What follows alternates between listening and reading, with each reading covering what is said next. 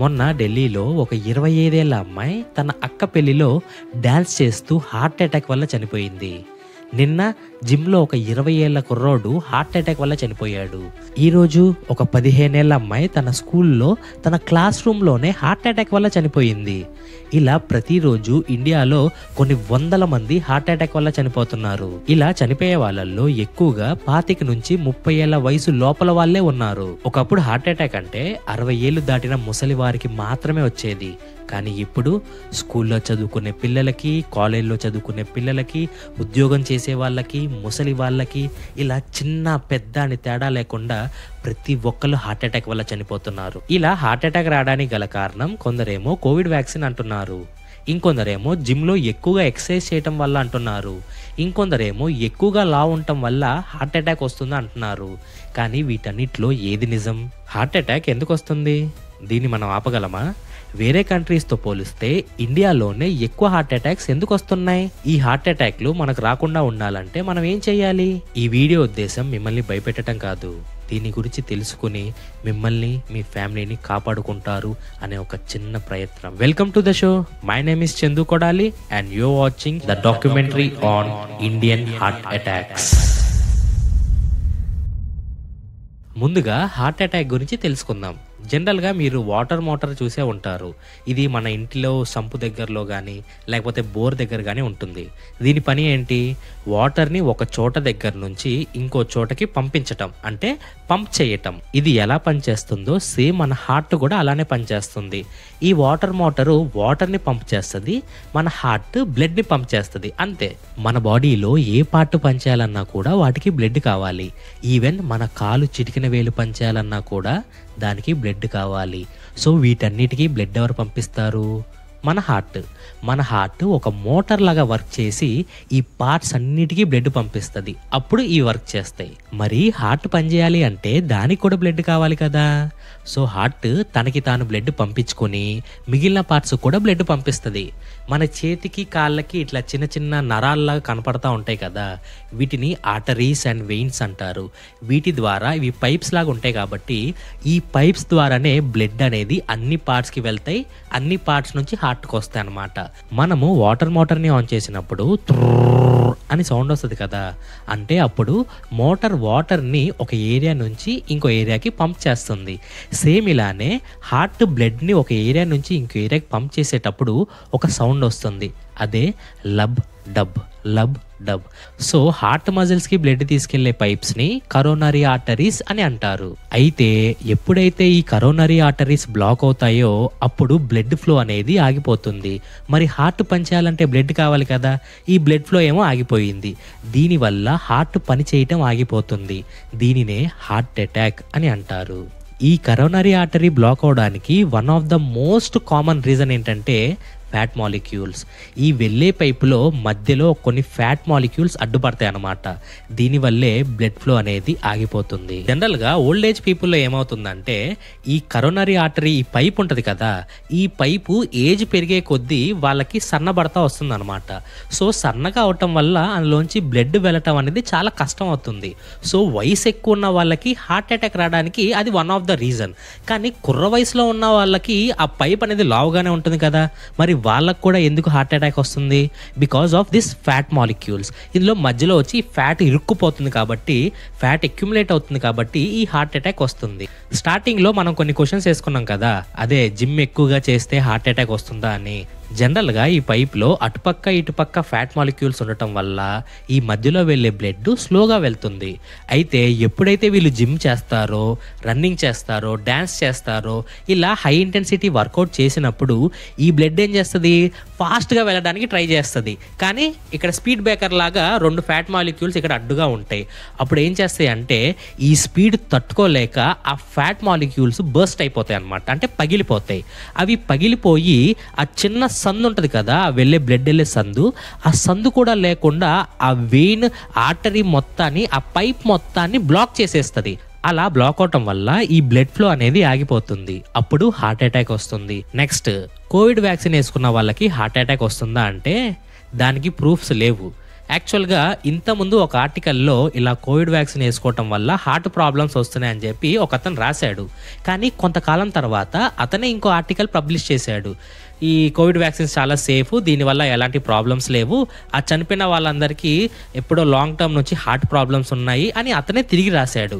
జనరల్గా ఈ pharma companies వాళ్ళ దగ్గర చాలా డబ్బులు ఉంటాయి కాబట్టి సో వాళ్ళని ఈజీగా కొనేయచ్చు. ప్లస్ గవర్నమెంట్ కూడా వీళ్ళు సృష్టించిన ఈ వ్యాక్సిన్లు పనిచేస్తాయని వీళ్ళే ఒప్పుకున్నారు కాబట్టి గవర్నమెంట్ కూడా ఇందులో ఏం యాక్షన్ తీసుకోవట్లేదు. అసలు ఆ వ్యాక్సిన్ వేసుకోవటం వల్ల హార్ట్ అటాక్ వస్తుందా రావట్లేదా అనేది గవర్నమెంటే చెప్పాలి, కానీ గవర్నమెంట్ కూడా ఇందులో ఎలాంటి యాక్షన్ తీసుకోవట్లేదు. కానీ ఒక స్టాట్స్ ఏం చెప్తున్నాయంటే ఈ కోవిడ్ రాకముందు ఎన్ని హార్ట్ అటాక్లు వచ్చాయో ఈ కోవిడ్ వచ్చిన తర్వాత ఈ వ్యాక్సిన్ వేసుకున్న తర్వాత కూడా అన్ని హార్ట్ అటాక్లు వచ్చాయి.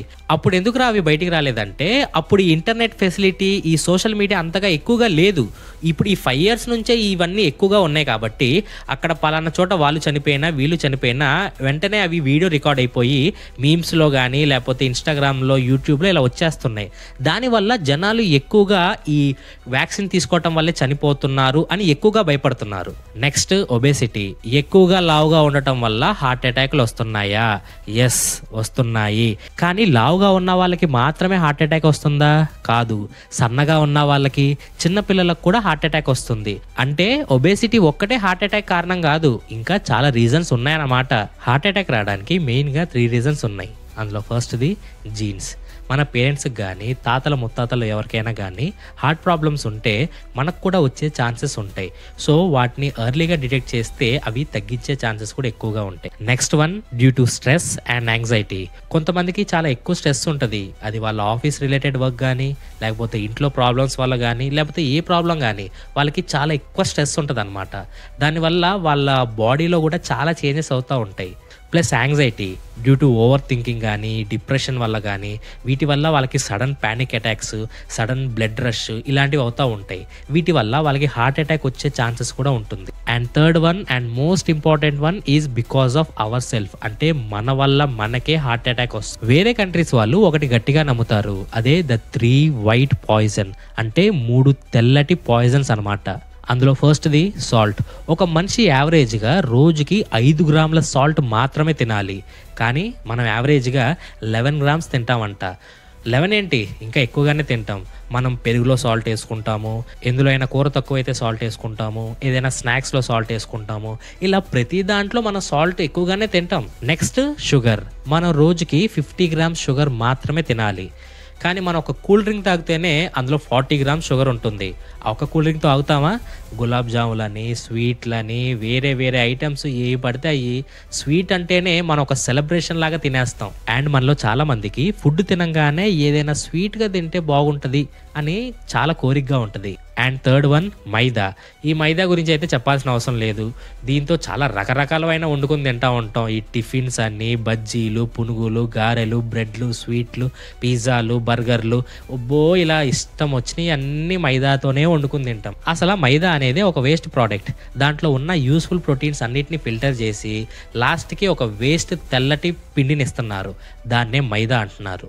సో ఈ 3 తెల్లగా ఉండటం వల్ల వీటికి ద 3 white poison అని పేరు వచ్చింది. అండ్ ఈ మూడింటిని తినడానికి వేరే కంట్రీస్ లైక్ USA, UK వాళ్ళు చాలా భయపడతారు. వాళ్ళు తినరు అని కాదు, కానీ చాలా తక్కువ క్వాంటిటీలో తింటారు. ఇంకోటి ఏంటంటే ఈ కాలేజ్ పిల్లలు, స్కూల్ పిల్లలు కూడా ఈ మధ్య సిగరెట్లు, మందులు తాగటం స్టార్ట్ చేశారు. వీటి వల్ల బాడీకి, మెయిన్గా హార్ట్కి చాలా ప్రాబ్లం జరుగుతుంది. మీరు ఏ డాక్టర్నైనా అడగండి, హార్ట్ అటాక్ రావడానికి one of the most main reason ఏంటి అంటే స్మోకింగ్ అని చెప్తారు. అంటే సిగరెట్ తాగటం వల్ల హార్ట్ అటాక్ వచ్చే ఛాన్సెస్ చాలా ఎక్కువగా ఉంటాయి. మరి వేరే కంట్రీస్ లో కూడా సిగరెట్లు తాగుతారు, మందు తాగుతారు, వాళ్ళు కూడా ఒబేసిటీ, లావుగా ఉంటారు, వాళ్ళు కూడా అప్పుడప్పుడు షుగర్లు, సాల్ట్లు అవి తింటూ ఉంటారు, వాళ్ళు జంక్ ఫుడ్ తింటూ ఉంటారు. మరి వాళ్ళకన్నా ఇండియాలోనే హార్ట్ అటాక్ రేటు ఎక్కువగా ఎందుకుంది? యాక్చువల్గా వాళ్ళ హెల్త్ కేర్ సిస్టమ్ అనేది చాలా బెటర్గా ఉంటుంది. వాళ్ళకి every year complete body checkup అనేది చేసుకోవటం మ్యాండేటరీ. అంటే వాళ్ళ బాడీలో ఏం జరుగుతుంది, వాళ్ళకి ఏమైనా రోగాలు, కొత్త రోగాలు వచ్చాయా, ఉన్న రోగాలు ఎక్కడ దాకా ఉన్నాయి, ఇవన్నీ చెక్ చేయడానికి ప్రతి సంవత్సరం ఒక టెస్ట్ అనేది చేసుకుంటారు. అండ్ ఈ టెస్ట్ కూడా వాళ్ళ మెడికల్ ఇన్సూరెన్స్లో కవర్ అయిపోతుంది. ఒకవేళ వాళ్ళకి ఏమైనా ప్రాబ్లం వచ్చినా వాళ్ళ హెల్త్ కేర్ సిస్టమ్ చాలా అడ్వాన్స్డ్గా ఉండటం వల్ల వాళ్ళ ప్రాబ్లమ్స్ని సాల్వ్ చేస్తారు. కానీ మన ఇండియాలో చిన్న జ్వరం వచ్చిందని ఒక హాస్పిటల్‌కి వెళ్తేనే వాడు ఆ టెస్ట్‌లు, ఈ టెస్ట్‌లు, బ్లడ్ రిపోర్ట్‌లు, ఆ మెడిసిన్ తీసుకో, ఈ మెడిసిన్ తీసుకో అని చెప్పి రూ. 1000 బిల్లేస్తాడు. జ్వరానికే రూ. 1000 అయితే ఇంకా కంప్లీట్ బాడీ చెకప్‌కి ఇంకెంత అవుతుందో. మరి మెడికల్‌కి ఇంత డబ్బులు ఖర్చు పెట్టడం మన వల్ల అవుతుందా? సో హెల్త్ ఇన్సూరెన్స్ లాంటివి తీసుకుంటే మీకు ఏవైనా మెడికల్ ప్రాబ్లమ్స్ వచ్చినా, మెడికల్ ఎమర్జెన్సీస్ వచ్చినా డబ్బులు మొత్తం ఆ ఇన్సూరెన్స్ కంపెనీ వాళ్ళే కట్టుకుంటారు. దీని గురించి జనాలకి అవేర్‌నెస్ చాలా తక్కువ. అసలు హార్ట్ అటాక్‌లు ఎందుకు వస్తాయి? ఏం చేస్తే హార్ట్ అటాక్‌లు వస్తాయి? అవి రాకుండా మనం ఏం చేసుకోవాలి? ఇవన్నీ జనాలకి అసలు తెలీదు. అండ్ తెలిసిన గవర్నమెంట్ కానీ, పెద్ద పెద్ద డాక్టర్స్ కానీ జనాల్ని ఎడ్యుకేట్ చేయట్లేదు.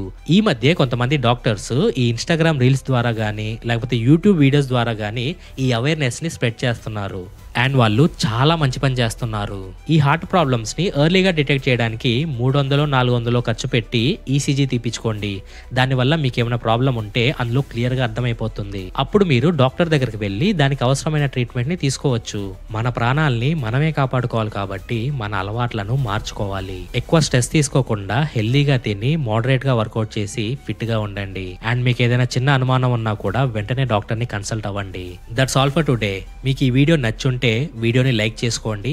అండ్ మీకు ఏమైనా క్వశ్చన్స్ ఉన్నా, ఏమైనా అడగాలనుకున్నా కూడా కామెంట్ చేయండి. నేను తప్పకుండా చదువుతాను. అండ్ మీకు నా ఎక్స్ప్లెనేషన్ నచ్చుంటే మన ఛానల్ని తప్పకుండా సబ్స్క్రైబ్ చేసుకోండి. మీ ముందుకి ఈ వీడియో తీసుకురావడానికి చాలా కష్టపడి పనిచేస్తున్నాను. దయచేసి నా కష్టాన్ని గుర్తించి సబ్స్క్రైబ్ చేసుకోండి. మీరు తప్పకుండా సబ్స్క్రైబ్ చేస్తారని నమ్ముతున్నాను. అండ్ ఇంతకుముందు సబ్స్క్రైబ్ చేసిన వాళ్ళకి, ఇప్పుడు సబ్స్క్రైబ్ చేసే వాళ్ళకి, అండ్ ఫ్యూచర్లో సబ్స్క్రైబ్ చేసుకునే వాళ్ళకి thank you so much. And వెళ్లే ముందు నేను ప్రీవియస్గా చేసిన కొన్ని వీడియోస్ని ఇక్కడ డిస్ప్లే చేస్తున్నాను. ఒకవేళ మీకు ఇంట్రెస్ట్ ఉంటే వాటిని క్లిక్ చేసి చూడండి. Thank you.